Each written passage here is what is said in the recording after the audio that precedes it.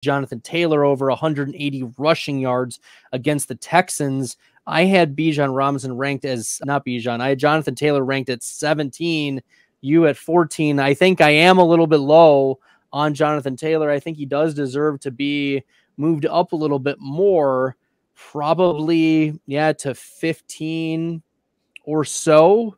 I'm willing to move him up a little bit. But my concerns for Jonathan Taylor are it's going to be Anthony Richardson season. And I have a lot of love, Jacob, for Anthony Richardson. Richardson, you and I actually see very similarly. End of round 4, beginning of round 5, like right at that 4-5 turn. And Richardson is my quarterback 4. I can't tell. Is he your quarterback 4 as well? Yeah, quarterback 4 for me as well. So I think that this is the right spot, and I'm going to love drafting a ton of Anthony Richardson. Do you think the market is going to have him that high, or is it just both of us are really big in on Anthony Richardson?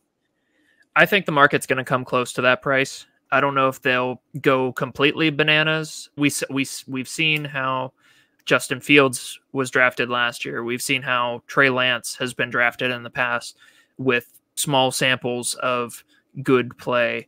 And we saw Anthony Richardson be the quarterback 1 on a per snap basis this past year. He still managed to be the quarterback 14 in points per game, despite playing less than 40% of the snaps in 2 of his games. And the 2 complete games he did play, he let me see here how he did.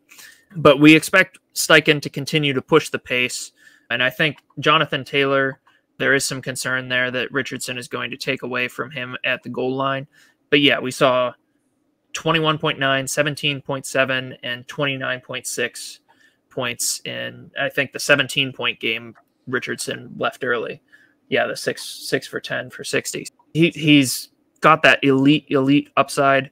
And if he gets another offseason to work in the system, get those practice reps in as he recovers from his injury.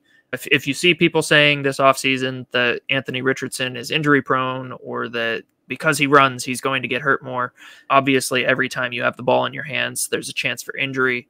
But I would fade the heck out of any injury prone narrative. The guy is built like a tank. He runs like a Ferrari. There's really no argument for me to have Anthony Richardson any lower than he currently is. And I think the market is very likely to agree with that. I think if anything, it could turn into one of those. I don't think Michael Pittman will fall this far, but maybe that will force Anthony Richardson to move up. I could see Pittman going at the end of the 3, and then Anthony Richardson going at the start of 4. And then you see at the 3-4 turn, just like Justin Fields, but Fields and DJ Moore was at the 4-5 turn. And I think that we saw massive stack boom weeks from both of them together. And that's the type of thing we could see from Pittman and Anthony Richardson in a similar sense of Fields. Only like Anthony Richardson came out of the gate and was scoring fantasy points. Fields, it took forever. Now, Matt Nagy, asterisk till the cows come home.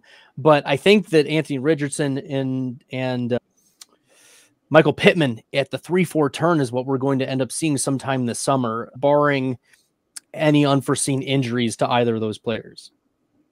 Yep, and I'd still be taking them there.